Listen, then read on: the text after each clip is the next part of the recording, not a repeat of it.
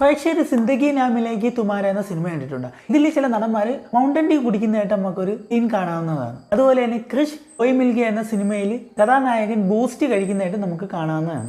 ചക് ദേ India എന്ന് പറയുന്ന സിനിമയിൽ ഡോമിനോസ് പിസ്സ സെന്ററിലെ ആ അടിപിടിയൊക്കെ നമ്മൾ കണ്ടിട്ടുണ്ടല്ലേ.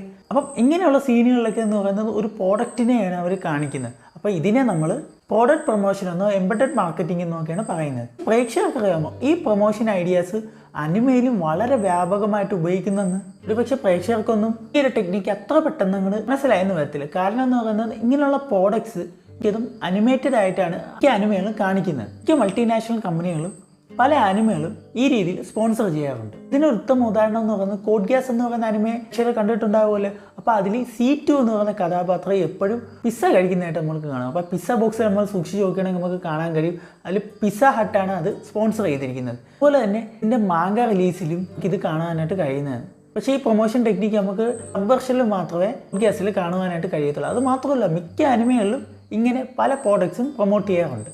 കൂടുതൽ അനിമെ വിശേഷങ്ങൾക്കായി മല്ലു അനിമെ ടോക്സ് എന്ന ചാനൽ സബ്സ്ക്രൈബ് ചെയ്യുക.